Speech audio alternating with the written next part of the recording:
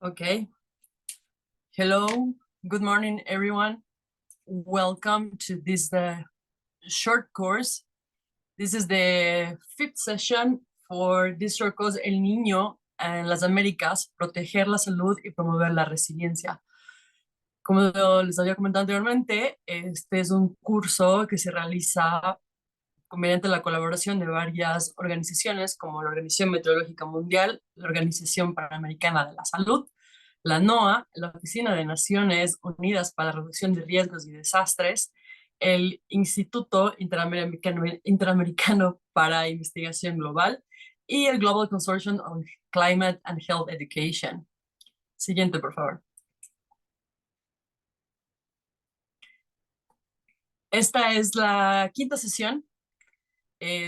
Será de enfermedades zoonóticas y transmitidas por vectores.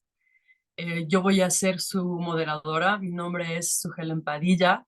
Tengo un doctorado en Físico-Química Atmosférica y formo parte de la Unidad de Cambio Climático y Salud de la Organización Panamericana de la Salud, parte del programa STEP del Instituto Interamericano para la Investigación Global. Siguiente, por favor.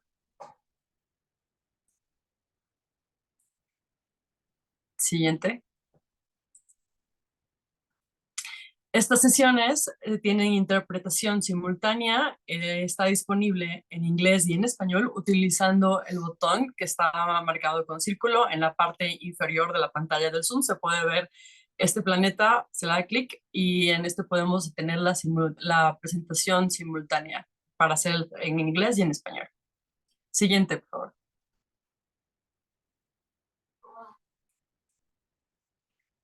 Este es la quinta sesión, enfermedades zoonóticas y transmitidas por vectores. Les invitamos también a que se unan a la siguiente sesión, que es el día jueves, que será para calidad del aire. Siguiente, por favor.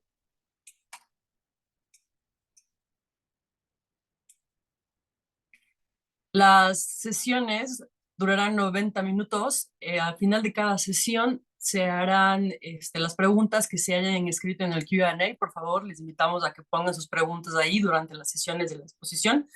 Las sesiones serán grabadas y se publicarán en el sitio web a más tardar dentro de 24 horas. Los materiales también serán incluidos en el sitio web, ahí los podrán descargar. Siguiente, por favor.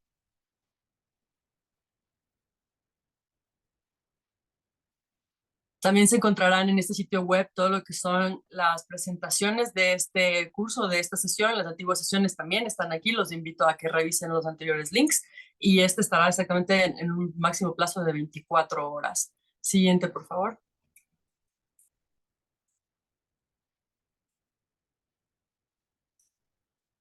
Siguiente. Ok. Bueno, también en el chat se van a compartir recomendaciones que se elaboró con la Organización Panamericana de la Salud. Estas son recomendaciones a corto plazo para cada sesión. También está el link disponible para que puedan observar estas recomendaciones y descargarlas. Siguiente, por favor. En esta sesión tenemos dos panelistas. Voy a presentar brevemente a cada uno de ellos. Nuestra primera panelista es Rachel Loeb, es profesora de investigaciones del ICREA y líder del equipo de resiliencia de la salud global en el Centro Nacional de la Supercomputadora de Barcelona. Rachel ha publicado investigaciones de gran repercusión en la modelización del riesgo de enfermedades sensibles en el clima, centrándose en la integración de las observaciones de la Tierra y las previsiones climáticas estacionales en los sistemas de alerta temprana del dengue en Latinoamérica, el Caribe y el sudeste de Asia. Nuestro segundo panelista es Ángel Muñoz, es investigador también en el Barcelona en la Supercomputadora, especializado en servicios climáticos y variaciones y predicciones a escalas de tiempo. Sus intereses de investigación también están asociados con el codiseño y codesarrollo de servicios climáticos, especialmente aquellos relacionados con la seguridad alimentaria, desnutrición, migración humana, las enfermedades transmitidas por vectores y la actividad relámpago.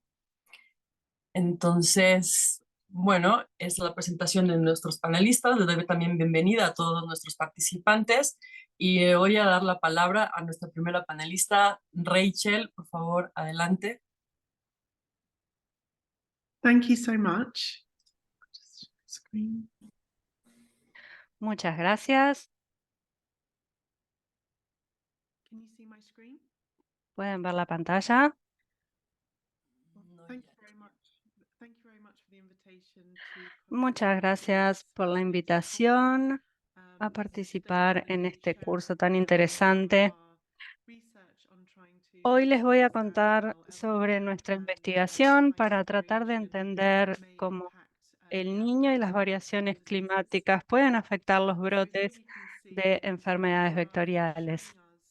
Aquí tenemos un gráfico que nos muestra los cambios en temperatura desde 1850 a 2023 y vemos que década tras década las temperaturas vienen aumentando en forma marcada. Hasta septiembre, este mismo año, hasta septiembre del mes pasado, tuvimos temperaturas récord. Esto se debe en parte al cambio climático, pero también al fenómeno del niño que está en desarrollo, que viene con temperaturas más elevadas. Y esto tiene consecuencias para la expansión, la aparición y la transmisión de brotes de distintas enfermedades. Si pensamos, por ejemplo, en el dengue, en las últimas décadas hemos visto un aumento del dengue que afectaba a 9 países en los años 70 y ahora afecta a más de 120. Estamos viendo brotes en lugares que antes no eran afectados, como por ejemplo en Europa. Y la OMS estima que la mitad de la población está en riesgo de dengue y otras enfermedades transmitidas por mosquitos. Si continuamos con las tendencias como en la actualidad, millones de personas más van a estar en riesgo de contraer esta enfermedad. Entonces es importante que trabajemos para mitigar los efectos del cambio climático y que tengamos estrategias sólidas de adaptación. Aquí se muestra cómo el dengue se ha esparcido por Brasil. Brasil es uno de los países del mundo que informa más casos de dengue. Y si vemos en la primera década de este siglo la distribución en los distintos municipios de Brasil que experimentaban brotes de dengue, y podemos ver los círculos marcan la zona del Amazonas, que son zonas protegidas, y en el sur son zonas que también están más protegidas por ser zonas remotas con poca población o por ser zonas más frías. Pero hacia 2020 vemos que el dengue se ha propagado más hacia el sur y también hacia la selva del Amazonas. Y esto en el sur especialmente tiene que ver con el aumento de las temperaturas, lo que ha permitido que el mosquito sobreviva por periodos más prolongados durante el año y continúe transmitiendo la enfermedad. Y también vemos un aumento de las infraestructuras que permiten la propagación de estos mosquitos y la sobrevivencia. Por ejemplo, en el Amazonas con el avance de pequeñas poblaciones. En otros países también en Europa vemos la transmisión de enfermedades por mosquitos ha aumentado. Recientemente, con unos colegas de Grecia, publicamos un artículo de comentario que encontraron mosquitos que habían sobrevivido el invierno. Este fue el invierno con temperaturas más cálidas registrado. También vemos que el aumento de las temperaturas y el cambio en los patrones climáticos están influyendo en estas enfermedades en distintos lugares. Este artículo que publicamos sobre brotes de enfermedades infecciosas tras fenómenos climáticos extremos, por ejemplo, enfermedades como dengue, malaria, enfermedades diarreicas, cólera, siguiendo, por ejemplo, ciclones o inundaciones o sequías. Y encontramos mucha evidencia que muestra que enfermedades como el cólera o las enfermedades diarreicas, no tanto con malaria, y sí encontramos alguna evidencia de la influencia del aumento de precipitaciones o las inundaciones con la relación con algunas enfermedades como dengue. Sé que a lo largo de este curso ya han hablado mucho de esto, pero cuando intentamos entender los impactos del niño sobre las enfermedades infecciosas, conviene entender el pasado y cómo ha sido la relación. Entonces aquí tenemos distintas zonas del Pacífico, la temperatura a nivel del mar y por ejemplo, en el 98 y en 2015, 2016 y lo que estamos viendo este año. Este es un pronóstico del SMWF que muestra ese patrón, esa anomalía, y vemos que de acuerdo con esto podríamos esperar que la temperatura de la superficie del mar haya alcanzado su punto máximo, alcance su punto máximo entre diciembre y febrero.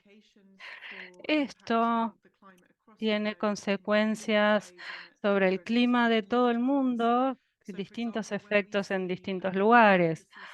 Por ejemplo, vemos el aumento de la temperatura del nivel del mar. Aquí vemos la correlación entre diciembre, enero y febrero, las temperaturas de la superficie del mar. Aquí está registrada la temperatura en todo el planeta. Entonces vemos en particular con el pico del Niño, tenemos esas temperaturas elevadas en el norte de América del Sur y a medida que avanza la estación va bajando la temperatura. Y en cuanto a precipitaciones, en América del Sur, por ejemplo, podemos ver en el norte de Argentina, el sur de Brasil, condiciones extremas de humedad, de precipitaciones, mientras que en el norte de Brasil y América del Sur en su conjunto vemos unos tiempos más secos. Entonces, así podríamos usar esta información para predecir un poco los brotes de estas enfermedades. Esto son las instalaciones en el Centro de Supercomputadoras de Barcelona.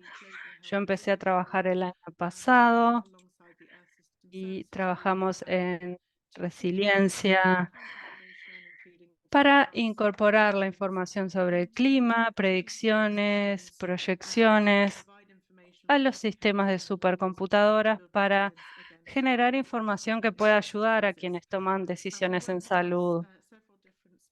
Y trabajamos en distintos dominios de espacio y en distintos horizontes temporales. Desarrollamos indicadores a nivel global para intentar entender el impacto que ha tenido el clima sobre la salud en las últimas décadas.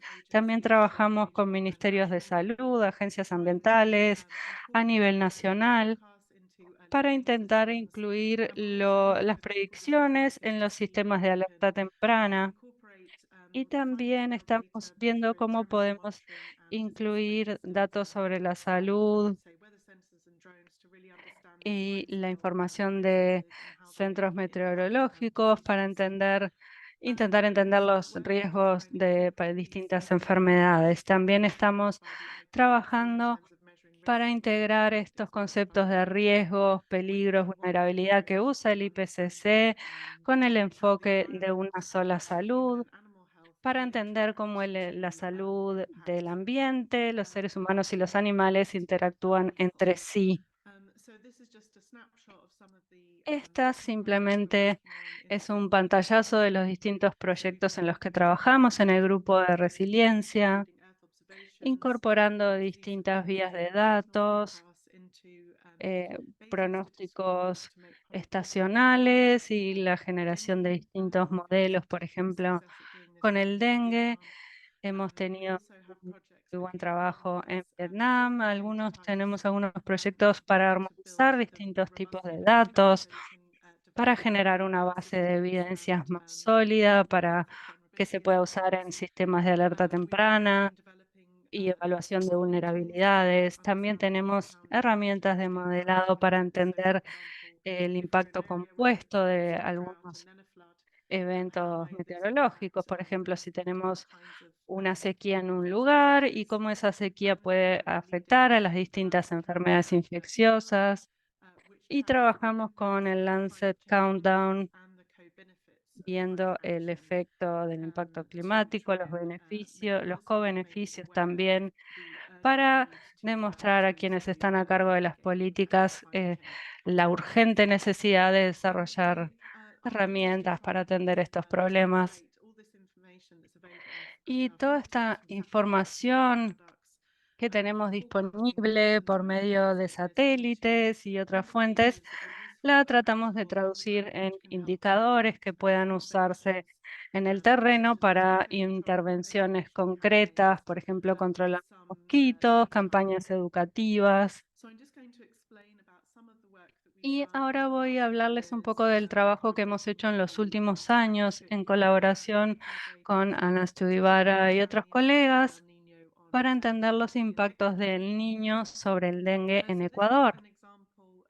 Este es un ejemplo, una imagen para mostrarles estas inundaciones extremas que hubo en Machala, en Ecuador, en 2016, una de las peores inundaciones que se había vivido en esa ciudad desde el niño anterior en 98.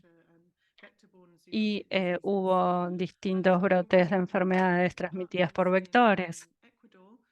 Trabajamos con nuestros aliados en Ecuador para recolectar y unir los distintos datos de casos de dengue de 2002 a 2015 con datos de estaciones meteorológicas para monitorear los cambios en las temperaturas y las precipitaciones, y lo comparamos con los índices oceánicos del Niño y vemos distintos patrones. Con el Niño en general las condiciones son de más lluvias y esto suele estar asociado con brotes de enfermedades. También tuvimos una variación estacional y también había factores no climáticos y combinamos todo este modelo con las distintas vías de información para mapear la evolución del dengue en esa temporada. Aquí tenemos en el canal endémico con una confianza del 95% en los años previos y en los años futuros que intentamos predecir. Entonces, esperaríamos para el 2016 ver, de acuerdo a las condiciones, un pico del dengue en junio. Y usando el modelo que tiene en cuenta la información climática, predijo un pico un poco antes en marzo, con un 85% de superar el umbral de los años anteriores. Y después, teniendo la información de lo que se observó realmente, vemos que de hecho el pico sí fue anterior en ese año. Entonces, lo que nos ayudó a producir esta predicción fue, en primer lugar, usar una combinación de predicciones estacionales meteorológicas, de precipitaciones, temperaturas. Podemos ver que ese año la mayoría de los miembros registraron que estaba excepcionalmente lluvioso el tiempo en febrero. Podemos ver la línea negra punteada que muestra en las precipitaciones en Machala y también las temperaturas. Se predecía que iban a ser superiores a lo normal y entonces tenemos el momento en que se iba a dar el pico, así como la magnitud de este evento, de este brote de dengue. Se mejoró la información que tuvimos en base a la investigación histórica, porque vimos que el año anterior alrededor del 70% de los casos de dengue que se habían informado como dengue en realidad eran chikungunya. Entonces, esta información también nos ayudó a capturar de forma más precisa la magnitud del evento. Otro aspecto importante de este estudio es que estábamos tratando de alinear la información de predicciones con datos meteorológicos, porque si tomáramos la información que incluye análisis meteorológicos incluiremos predicciones de temperaturas más frías. Entonces, en este estudio tenía sentido utilizar este tipo de grilla que se ve a la izquierda. Era una metodología más simple de abordar. También hemos estado trabajando con colegas de Argentina para entender cómo los fenómenos de inundaciones se asocian con la leptospirosis. Entonces, a lo largo de este año, hemos desarrollado una metodología para hacer predicciones de brotes, tomando en cuenta indicadores de El Niño y también asociándolos con las variaciones de temperatura. Entonces, se elaboró un modelo para tomar en cuenta los indicadores del Niño, la estacionalidad. Y si fuéramos a hacer una predicción de diciembre a marzo, veríamos que hay una probabilidad de 84% de brotes de leptospirosis. Y también luego hicimos una nueva predicción tomando en cuenta la precipitación y vimos que hubiera una probabilidad de 89%. Entonces, este marco es sumamente útil para proporcionar predicciones si se toman estos nuevos indicadores. Entonces, ahora me gustaría hablar un poco sobre el trabajo que hemos desarrollado en el Caribe en colaboración con algunas instituciones de meteorología y salud para poder entender cómo podemos utilizar la información climática y cómo esto puede ayudar a mejorar los servicios de salud. Aquí estamos observando información sobre el dengue hasta el 2016 y lo hemos comparado con los índices de precipitación que nos ayudan a determinar la severidad de los periodos de sequías o de exceso de humedad o precipitación. Se sabe que en el Caribe y en el Barbados las condiciones de sequía están sumamente vinculadas con el Niño. Cuando se da el Niño, se suelen tener situaciones de gran sequía. También se ha observado que hay cambios en la epidemiología del dengue y se ha notado una vinculación entre el dengue y las condiciones de sequía. Entonces, por consecuencia, se recomienda a que la gente guarde, acumule agua, pero eso también puede afectar la probabilidad de dengue. También hemos analizado datos en Ecuador para determinar el impacto del Niño y cómo esto se relaciona con los indicadores de sequía e inundaciones. Hemos observado que hay un creciente riesgo de brote de dengue y también hemos notado que esto se relaciona con la temperatura y la humedad. Lo que hemos visto es que algunos meses antes de este tipo de situaciones hay un incremento de probabilidad de dengue. Entonces, hemos utilizado esta información para crear un modelo y establecer predicciones para determinar probabilidades de un brote, por ejemplo. Aquí podemos ver la probabilidad de brote dependiendo del... Aquí vemos establecido eso en colores.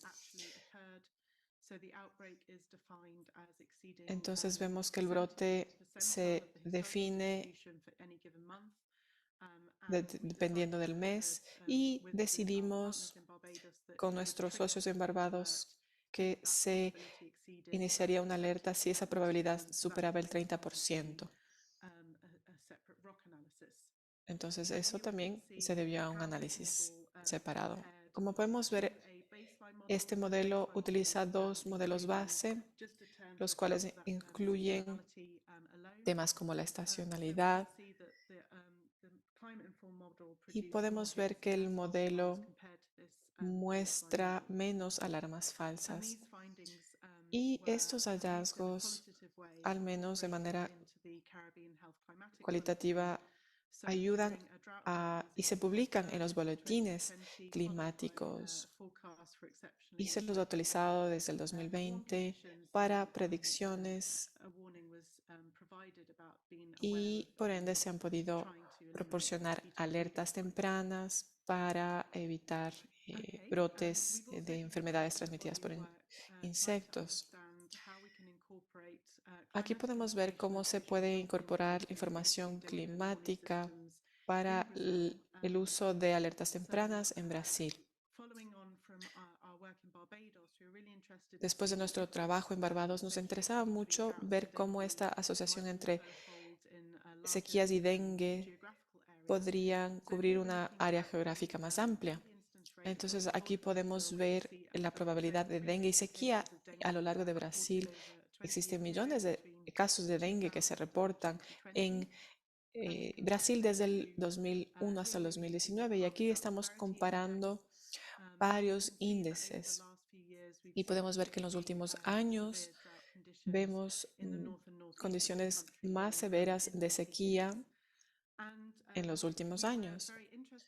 Nos interesaba mucho encontrar un patrón similar de 3 a 5 meses asociados a las sequías y cómo esto se vincula con la probabilidad de dengue.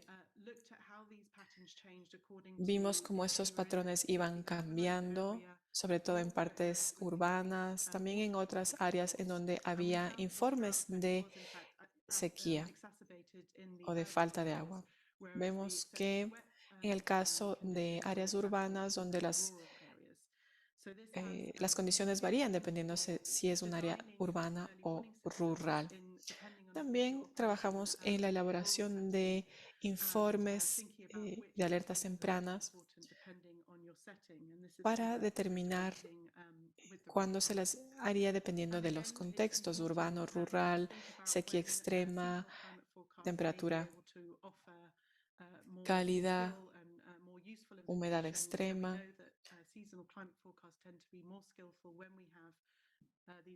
Solemos determinar que los informes más específicos pueden ayudar a proporcionar información más específica con respecto a sequías, probabilidad de brotes, de enfermedades. Aquí, por ejemplo, se ve cuándo y dónde podría ser más eficaz un sistema de alerta rápida y la asociación entre el Niño y la oscilación del sur de noviembre, diciembre, enero, precipitaciones extremas y temperatura en Brasil de febrero, marzo y abril. Entonces, todo esto depende de los modelos, dependen del tipo de información con la que se los alimenta. Entonces, aquí podemos ver que usamos datos a escala múltiple, de rango múltiple. Estamos trabajando para esto con socios en Brasil, República Dominicana, Perú, Colombia, para desarrollar 2 kits que recolectan información variada de satélites, predicciones y para poder integrarla para recolectar también información de drones y tratar de cubrir indicadores también de distintas situaciones, áreas geográficas y también, por ejemplo, cubriendo pequeñas islas para poder identificar áreas problemáticas. Entonces, si les interesa este proyecto, aquí tenemos una página web a la que pueden acceder. Es una página que está actualizándose en vivo y ahí siempre tenemos información actualizada. Pueden visitarla.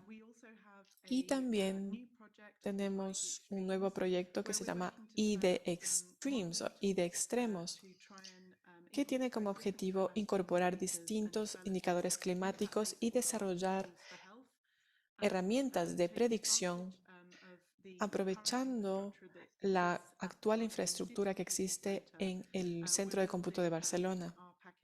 Estamos creando un paquete de herramientas que se han desarrollado con departamentos científicos para poder verificar información climática. Esta es información rectificada, verificada, que nos ayuda a tener información probabilística actual que se puede utilizar en distintos países. Por ejemplo, con el Servicio de Barbados, el Departamento Climático de Brasil y también con el SMF para poder incorporar esta información y crear tableros de información que nos pueden ayudar a lugares como África, el sureste de Asia. También estamos aprovechando la situación actual del niño para asociarnos con distintos países en Latinoamérica y el Caribe. Para eso estamos desarrollando varios modelos para tratar de estimar la probabilidad de brotes, tomando en cuenta los distintos factores, por ejemplo, variables, predicciones.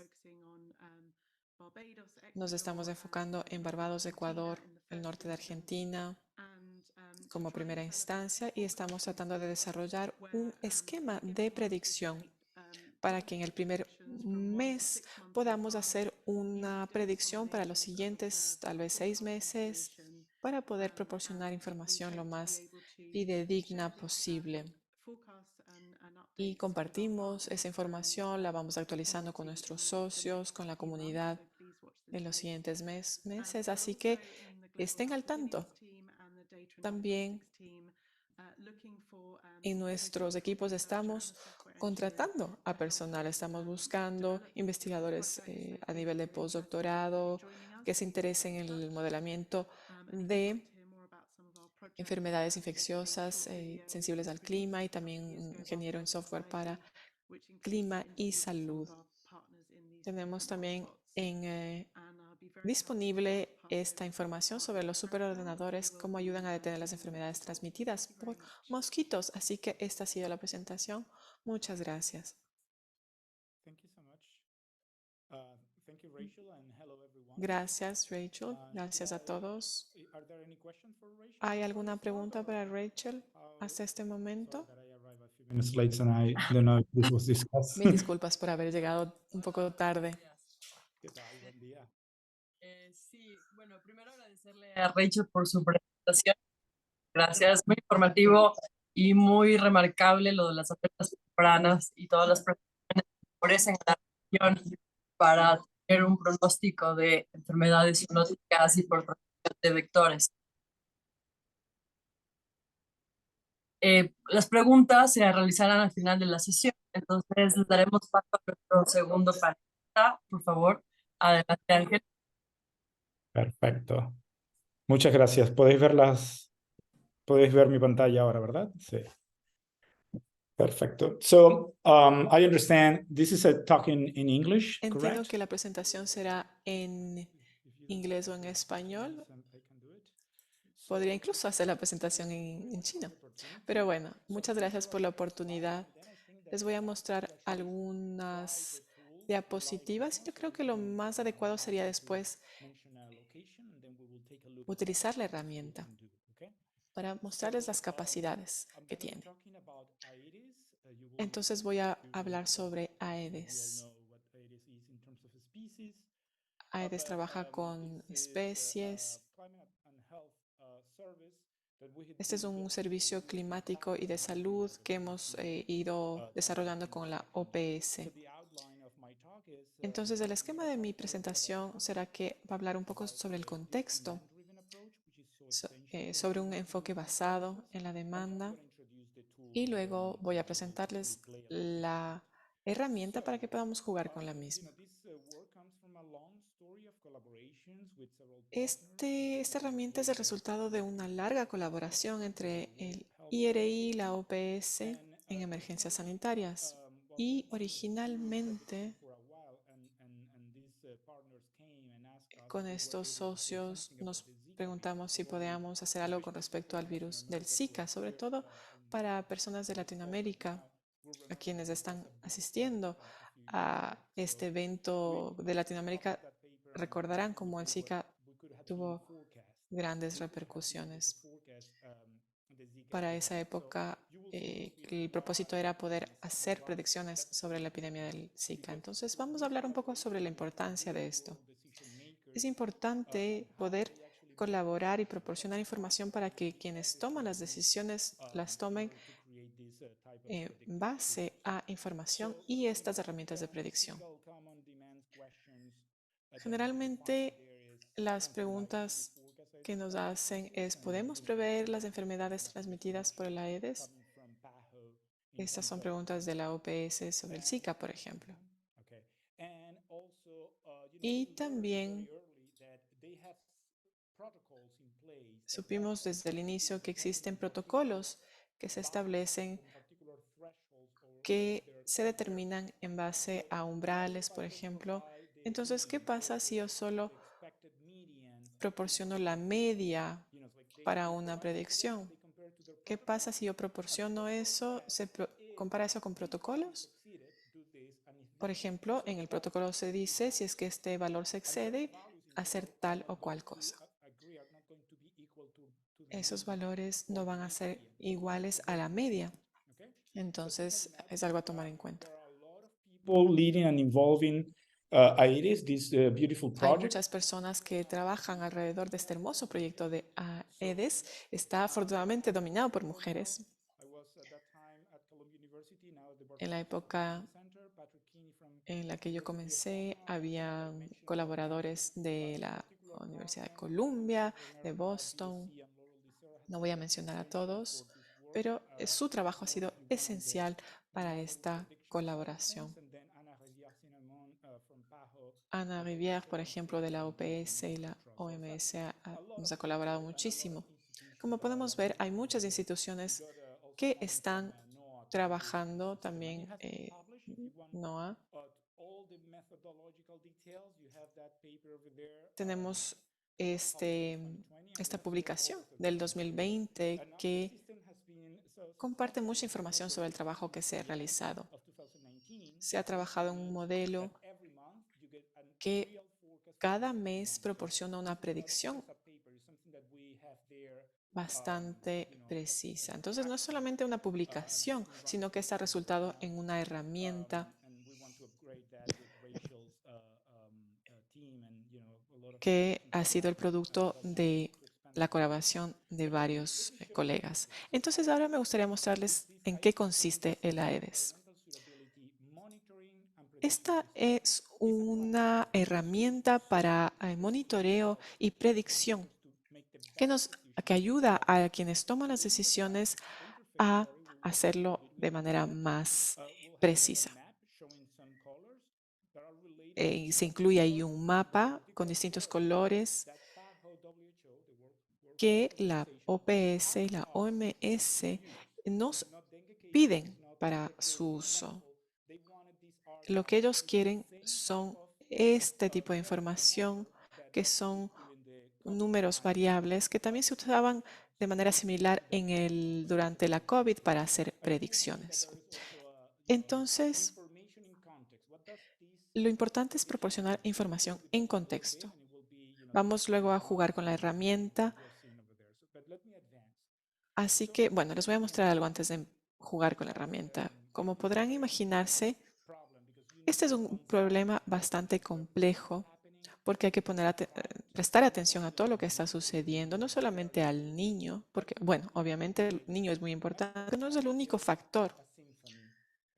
Sabemos que aquí hay una sinfonía de factores. El cambio climático, por ejemplo, es uno de los tantos instrumentos que tocan en nuestra orquesta. El niño también. Y estos también se relacionan con otros factores que se dan en agua y en tierra. Entonces hay que escuchar a toda la orquesta con sus distintos instrumentos para realmente poder proporcionar una predicción adecuada.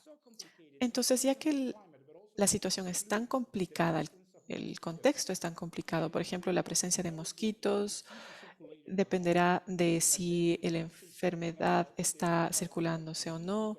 También hay que tomar en cuenta las condiciones ambientales. Entonces, como vemos, se trata de una situación bastante compleja. Pero si nos centramos en la idoneidad del ambiente, que es lo que vamos a tener en cuenta para los pronósticos, tenemos la demanda de quien toma las decisiones, en este caso la OPS, y la forma en que definimos, tenemos, por ejemplo, casos, a partir de cada caso primario tenemos casos secundarios.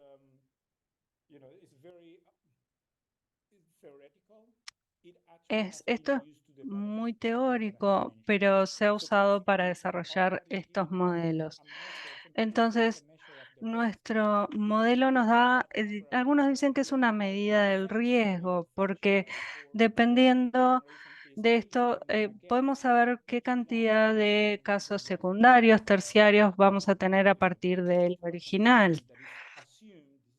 Y entonces en nuestra comunidad se asume que que esta comunidad es susceptible a esta enfermedad. Ningún modelo es perfecto, entonces usamos una combinación de varios modelos ecoepidemiológicos para hacer nuestras evaluaciones. Todo modelo tiene desventajas y ventajas, ninguno es perfecto. Entonces usamos estos 4 que ya han sido probados, hay mucha experiencia y tiene que ver con el conveniente epidemiológico. Recuerden los distintos cuadros que les había mostrado. Y entonces tenemos una combinación multimodal. Pero esos modelos, además de información epidemiológica, nos van a dar información ambiental. Entonces, cuando les incorporamos las observaciones, tenemos información de las observaciones y cuando les damos los pronósticos, tenemos un sistema de pronósticos. La calibración se hace como les decía, entonces tenemos un sistema de monitoreo y un sistema de pronósticos que concuerdan entre sí. Estamos comparando manzanas con manzanas, por decirlo de alguna forma. Y esto es lo que en la bibliografía llaman una super combinación. Tenemos distintos modelos que se combinan y tenemos estos múltiples modelos para evaluar las condiciones.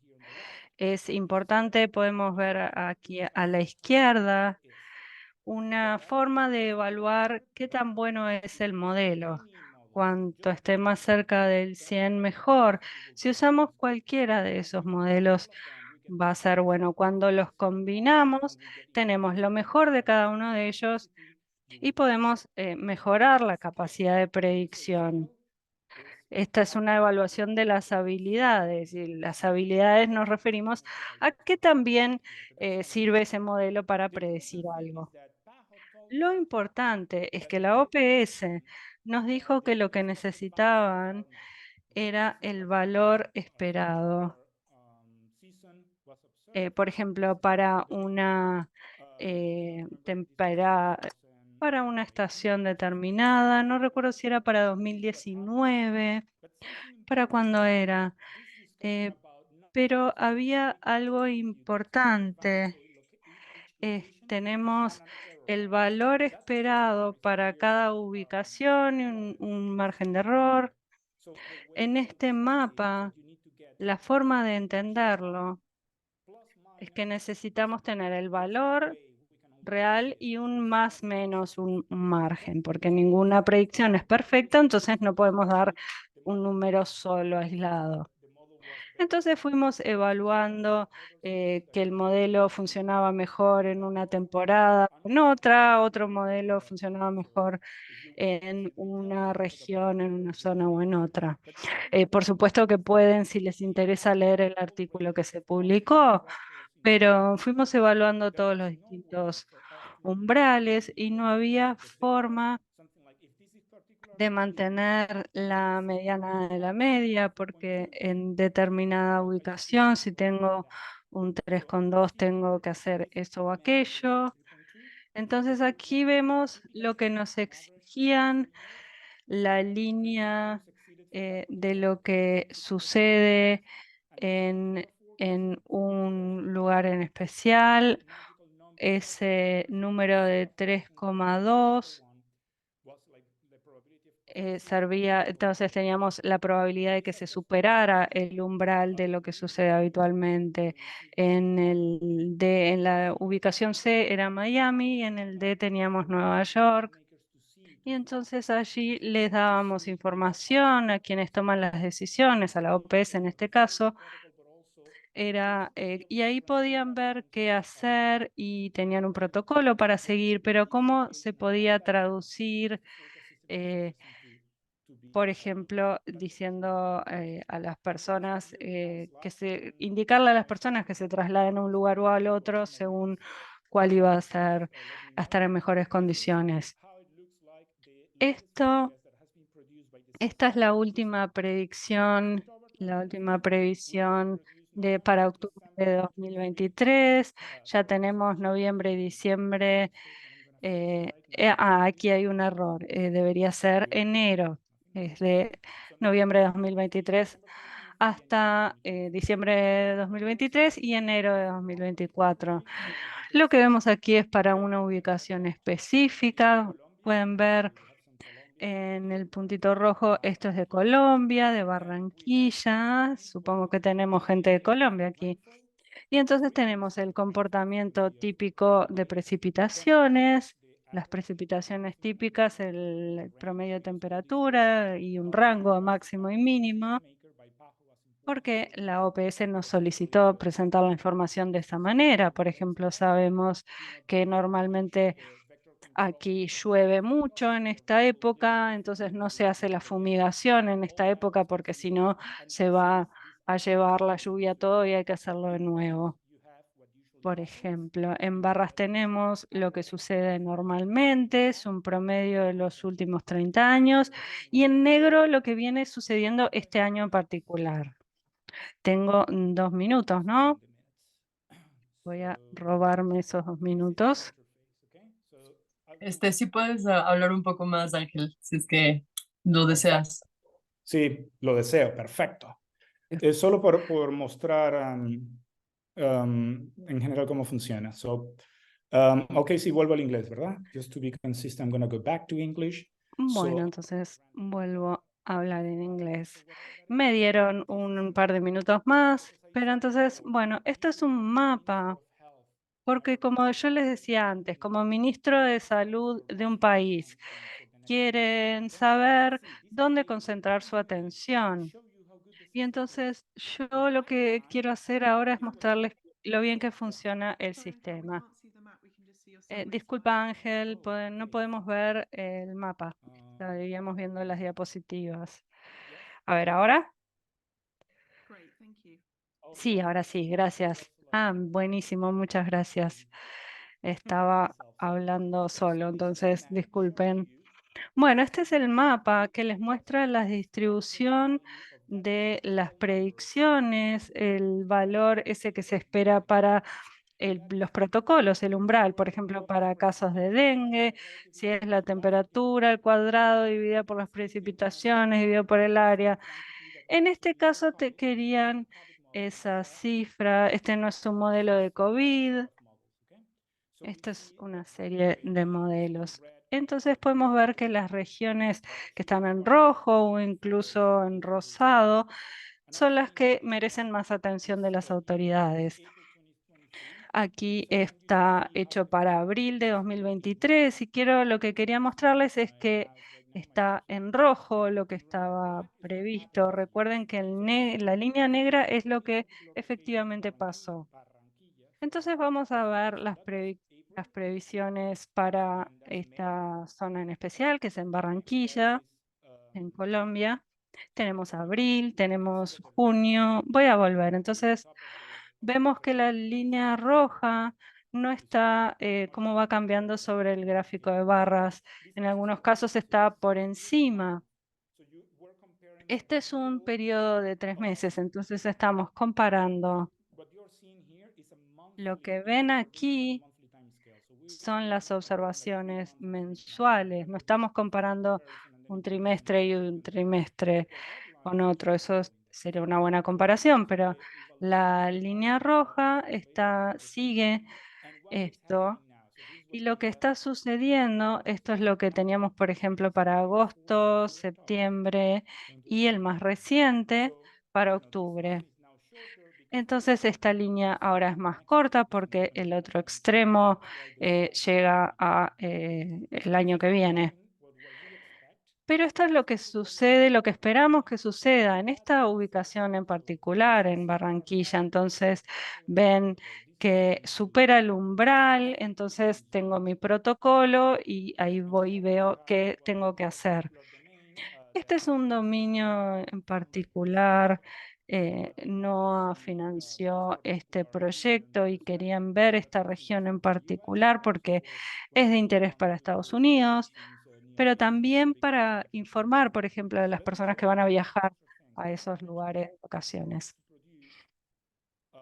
Y, por ejemplo, queríamos tener información sobre exposición, saber, por ejemplo, dónde está ubicada la población, para tener, por ejemplo, porque tenemos que conocer información sobre el peligro, como el dengue, por ejemplo, pero también la exposición, porque si tenemos una zona en la que no vive ninguna persona, no hay problema.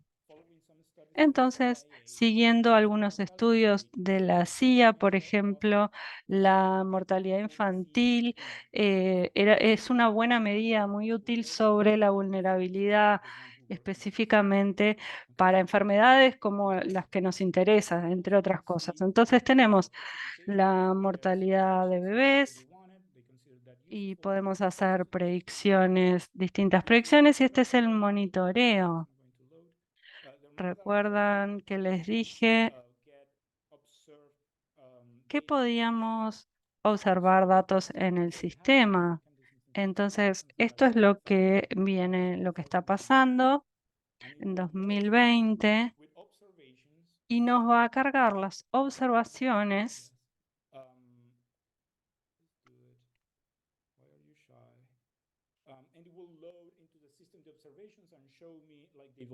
y lo carga al sistema y me va a mostrar la evolución. Sí, y puedo ver si tengo idoneidad ambiental para determinadas enfermedades. Ahora no sé por qué no está cargando. Ahora sí, está tímido nomás el mapa, pero ahora está funcionando. Y esto sirve para dar un contexto, porque por ejemplo, si yo les digo va a llover X cantidad de milímetros mañana, no tiene ningún significado. Ahora, si les digo normalmente llueve tanto y va a llover tanto más, eso sí es un dato importante. Entonces, quería simplemente mostrarles las cosas que se pueden hacer.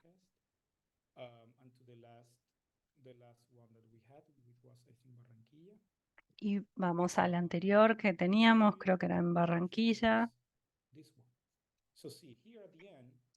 Y aquí al final tenemos este gráfico que este es de octubre, es para noviembre de 2023 hasta enero de 2024. Seleccionamos el umbral y nos indica la probabilidad. En azul es el promedio de los años anteriores, por ejemplo 3,6.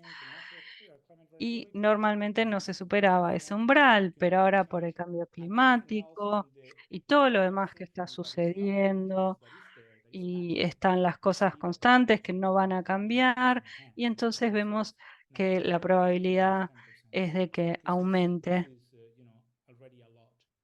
Y esto ya es un cambio muy grande. Pero bueno, voy a parar por aquí. Supongo que tenemos muchas preguntas. Muchas gracias.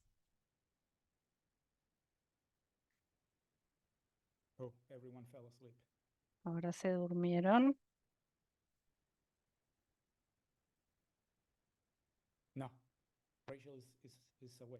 No, Rachel está despierta. Hay más gente despierta. Bueno, muchas gracias, Ángel, por tu presentación. Igualmente bastante informativa y recalcando también la relevancia de los modelos y en lo que se está trabajando exactamente para el pronóstico. También me gustó mucho que se considera exactamente que las modelaciones también tienen, son probabilidades también y tienen también un margen de error exactamente, pero son muy útiles para poder saber lo que podría ser un pronóstico en la región. Muchas gracias. Interesante también el proyecto AIRIS. Será de ponerlo a leer y revisarlo cómo está funcionando más también. Bueno, eh, me gustaría también iniciar con las preguntas. Primero voy a iniciar con Rachel. Entonces, en este momento voy a cambiar un poco al inglés para que, para que tengan la interpretación. Ya saben, está en el botón del lado derecho en la parte inferior. Entonces voy a empezar con las preguntas para Rachel. Entonces, bueno, Rachel, here is the first question. Bueno, Rachel, esta es la primera pregunta, si el canal epidémico es distinto entre países, si en el norte o el sur. Sí, normalmente los equipos de vigilancia epidemiológica hacen los cálculos en base a las observaciones de los países interesados. Entonces, eso depende de los datos obtenidos, a veces los últimos 5 años, a veces se usan 10 años y a veces se hacen algunas decisiones cualitativas intentando calcular los umbrales de los brotes y se determina algún umbral con la media, teniendo en cuenta algo de la desviación. Entonces, sí, es muy específico para cada lugar. Bien, gracias. Bueno, aquí tenemos una pregunta más local para la región de Perú. ¿Qué tan útil es la ciencia ciudadana para, por ejemplo, vigilar los mosquitos, los transmisores de enfermedades? Y este tipo de ciencia puede ayudar a combatir estas enfermedades. Las personas están educadas para combatir estas enfermedades. En Perú no parece que esto esté sucediendo o por lo menos con la intensidad que debería. Bueno, sí, yo creo que es una herramienta que puede ser muy útil para controlar brotes de enfermedades, para identificar mosquitos. Por ejemplo, yo he visto en algunos contextos emergentes cuando la población puede detectar mosquitos invasivos o cambios en algunas poblaciones. Tenemos un proyecto que se llama Alerta Mosquito y, por ejemplo, estaba el mosquito conocido como mosquito tigre en Europa y conseguimos que con fotografías que tomaban las personas identificábamos distintas especies y se detectó la introducción de la Aedes aegypti en Europa, por ejemplo. Entonces sí puede ser muy útil en situaciones en las que los mosquitos están presentes. Es algo sí que por supuesto tiene su utilidad. em, y también en otros aspectos para, por ejemplo, con la información sobre síntomas, la lectura de la observación de los signos, para obtener información granular o a bajo nivel, a nivel local, sí es, por supuesto, muy importante y hay muchas oportunidades para incorporar la ciencia ciudadana. Muchas gracias, buena información. La siguiente es en referencia a la sintomatología clínica de dengue y leptospirosis. Muchas veces solo se hace la prueba de laboratorio de dengue y no se hace la de leptospirosis. Por lo tanto, muchos casos quedan en situación de probabilidad de dengue. ¿Cuál es la probabilidad de confirmar la clínica de leptospirosis y solicitar la prueba de laboratorio para leptospirosis? ¿Un paciente puede tener ambas al mismo tiempo? Bueno, sí, es posible sí tener una coinfección. Se tiene que confirmar con análisis de laboratorio. Muchas veces el dengue se confirma con el cuadro clínico, a veces, entonces sí puede haber em, una referencia incorrecta de ambos en trabajadores, por ejemplo, del medio rural, cuando hay inundaciones, a veces los equipos de salud están más conscientes y hacen los análisis de leptospirosis, pero sí, me imagino sí que hay muchísima información incorrecta sobre las dos enfermedades, sobre los diagnósticos. Bueno, eso es importante también, entonces, tener un personal de la salud bien capacitado para identificarlas. Entonces, bueno, ¿Hay algún estudio sobre el impacto del dengue y la malaria en mujeres embarazadas y qué medidas se pueden tomar? Realmente esa no es mi área de experticia, pero sé que existe literatura que menciona sobre la vulnerabilidad de la mujer embarazada con respecto a la malaria o el dengue. También hay información sobre el Zika, pero yo personalmente no cuento con esa información, ya que no es mi área de especialidad. Gracias, Rachel. Ángel, si yo puedo agregar algo a esto, sí. Esto es muy importante, ya que hay casos de, como sabemos, de desnutrición en Centroamérica. Sabemos que la malaria o el dengue son factores clave que pueden disminuir el nivel de hierro en la mujer embarazada. No es algo muy común, pero ha habido informes de casos de muertes por una combinación de factores que incluyen la malaria o el dengue. Como Rachel lo había mencionado, esta tampoco es mi área de especialidad, pero hemos hecho trabajos relacionados con este compuesto de peligros que incluyen la desnutrición, el dengue, y cómo este tiene un impacto, sobre todo en países en vías de desarrollo, por ejemplo en Centroamérica, porque muchas mujeres por estas enfermedades no van al campo a trabajar en actividades agrícolas y eso redunda en efectos negativos para su economía. Gracias por tu respuesta, Ángel. Otra respuesta para ti, Rachel. ¿Cómo el modelo discrimina la expansión del dengue y las variables meteorológicas de la transmisión de la movilidad de las personas enfermas? Vemos que en los últimos años ha habido un incremento creciente de enfermedades en distintas latitudes.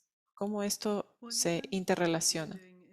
En términos de lo que nosotros estamos haciendo, por ejemplo, en Brasil, se están difuminando estas barreras. Vemos que la prolongación de las enfermedades varía por la conexión entre distintos países. También varía entre un centro urbano o rural, por ejemplo. También depende del nivel de conectividad de estas áreas. Por ejemplo, las urbanas tienen más conectividad. También está el factor de la temperatura. También, ya que hemos visto brotes en años anteriores, se muestra cómo varía dependiendo de las latitudes más bajas, las altitudes más elevadas. También está el factor de los viajes internacionales y cómo esto tiene efectos en la expansión de enfermedades en áreas rurales y urbanas.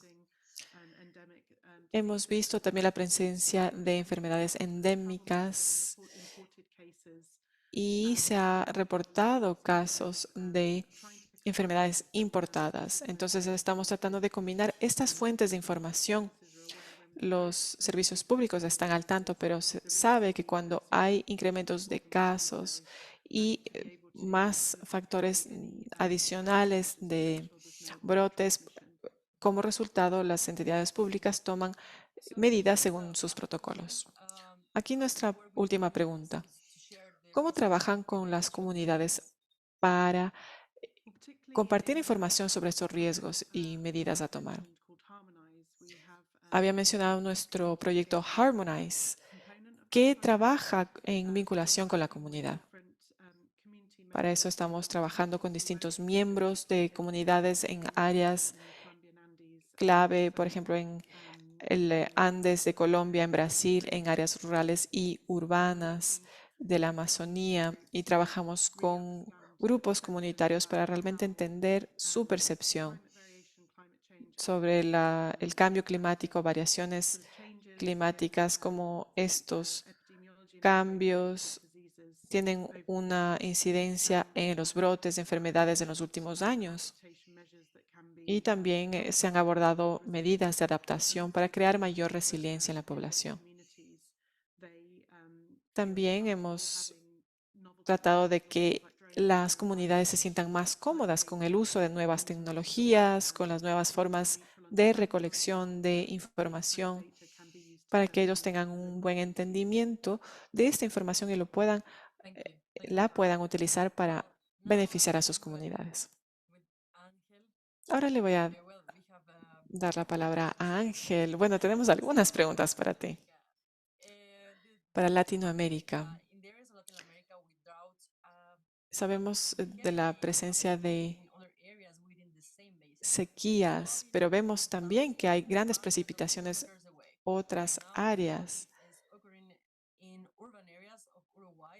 Hemos visto también la presencia de inundaciones en distintas áreas del sur de Brasil, lo cual incrementa la vulnerabilidad de la población.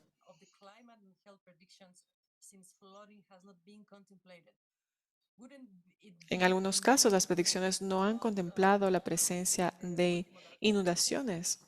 Entonces, ¿cómo podríamos tener un modelo más multimodal? Muy buena pregunta. Muy bien detallada esa pregunta. Creo que sería un tema de interés.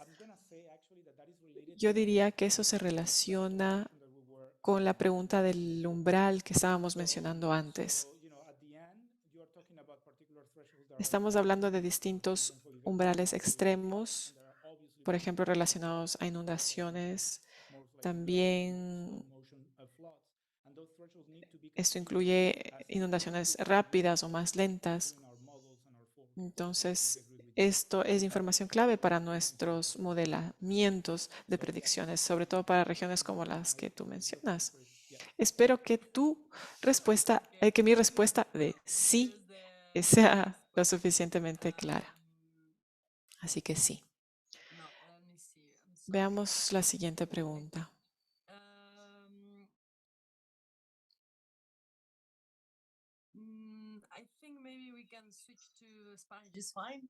¿Podemos pasar al español si no te molesta? Un montón en el chat, así que está bien si no tengo preguntas. No voy a llorar, no te preocupes, estoy bien. Bueno, vamos en español otra vez. La herramienta que presentaste, Ángel, ¿se está usando en los países de la región? ¿Qué tanto se está usando? Por ejemplo, esta pregunta viene de Perú, por ejemplo. Sí, correcto. Se está usando sobre todo, si recordáis, en el dominio geográfico. Voy rápidamente a compartir mi pantalla porque me han preguntado por el dominio. Y esto está, a ver, yo sé que estáis viendo mi correo, no pasa nada. Aquí. Entonces, el dominio geográfico que financió la NOAA fue este. Entonces, podéis ver que, digamos, Latinoamérica y el Caribe solamente nos cae acá. Entonces, el tema con esto, entiendo que sí podéis ver mi pantalla, el tema con esto es que me han estado preguntando en el chat, en el caso de Perú, ¿qué tenemos? En el caso de Brasil, ¿qué tenemos? Esto es lo que hay por razones que están definidas en parte por digamos, la definición del proyecto original. ¿Okay? Entonces, ¿dónde se está utilizando? Se está usando sobre todo en esta región y se está usando por PAHO. Y esto es algo súper importante. PAHO dijo que ellos son, perdón, el órgano rector hidrometeorológico y que lo mejor era que ellos hicieran la traducción de esta información, que puede ser bastante técnica para el público en general, y la colocaran dentro de sus boletines. Entonces se está usando esta información por PAHO. En particular, Ana Rivière Cinnamon, que es la persona de PAHO, coautora y que, digamos, colideró este proceso del lado de PAHO, está ahora de jefa de la oficina de PAHO en Panamá. Entonces se está utilizando por motivos, si quieren, más obvios, sobre todo a ese nivel, aparte de la oficina general que es la oficina de Washington. Y efectivamente, como he mencionado en el chat, estamos interesados en tener una segunda versión con varias mejoras metodológicas, distintos tipos de modelos, que cubra toda Latinoamérica. Entonces, creo que la pregunta se traduce en si se está usando en otros países en Sudamérica. Aparte de Colombia, hasta donde yo sé, no se está usando fuera de Pajo esta información. Y en Colombia, aparte de Pajo, el Instituto Nacional de Salud ha estado utilizando ya la herramienta y, como he mencionado ya antes, también en el caso de Panamá. No sé si eso responde a la pregunta.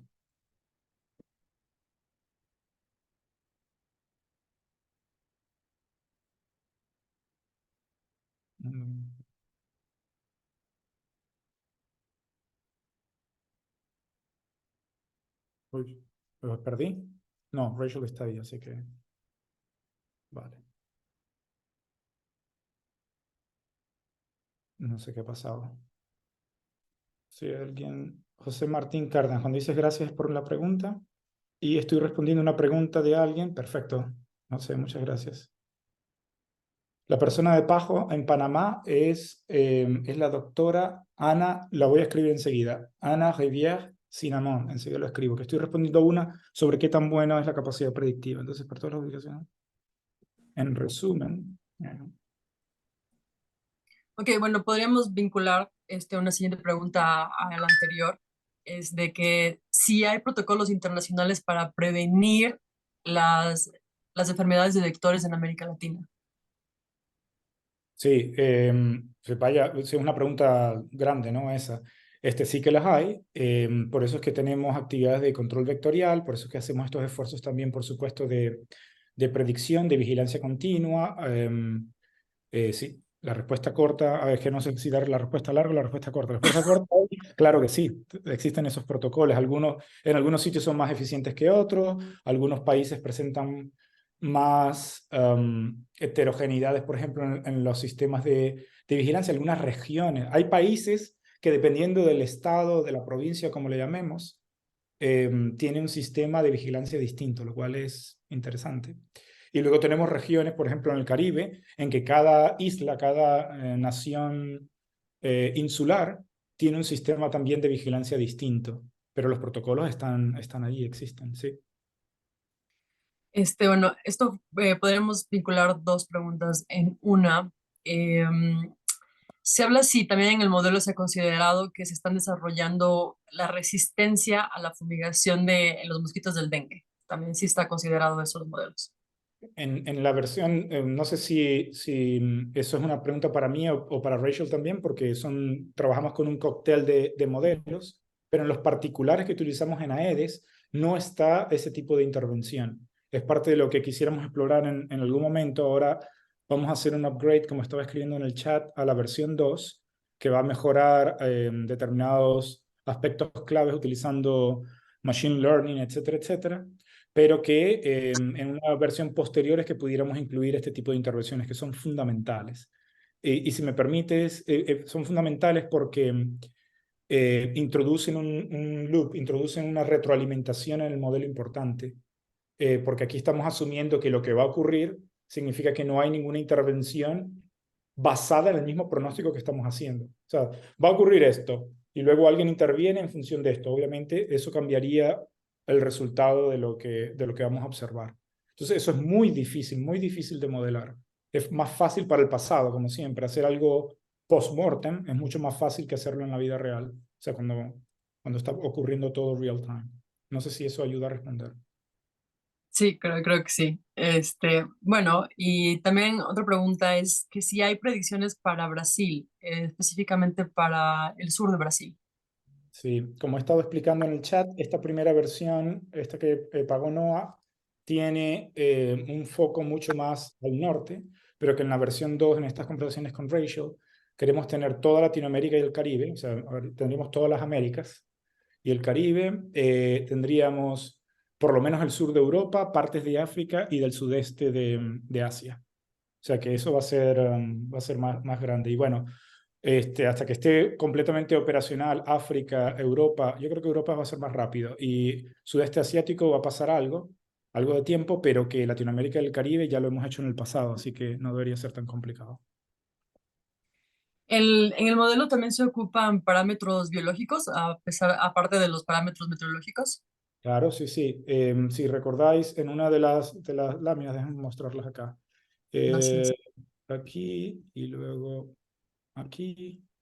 Si ven, esta parte en verde que dice parámetros entoepidemiológicos tienen que ver no solamente con los vectores, tienen que ver también con los vectores, con los mosquitos. Bueno, creo que todos sabemos que nos referimos a vectores, a los mosquitos. No solamente con información del mosquito, sino con información directamente de la enfermedad e incluso de la interacción con seres humanos.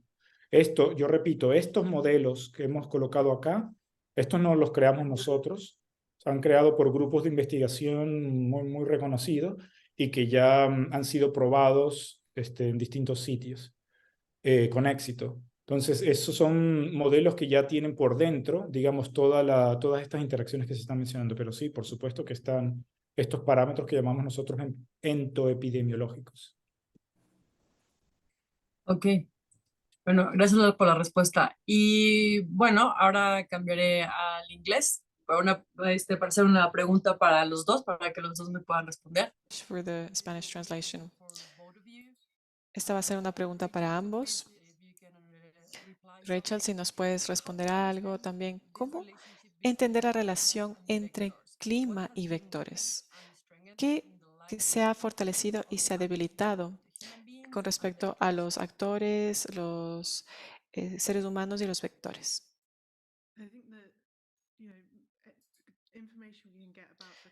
Creo que la información que se obtiene del clima con respecto a la vulnerabilidad, cambio climático, tienen distintos impactos en los patógenos, los vectores.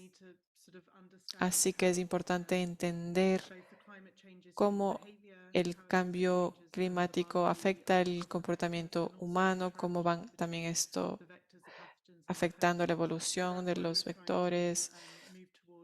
Entonces, eso es lo que estamos tratando de entender e integrar para poder incorporar distintas fuentes de información de cómo el clima afecta distintos aspectos de la transmisión de las enfermedades.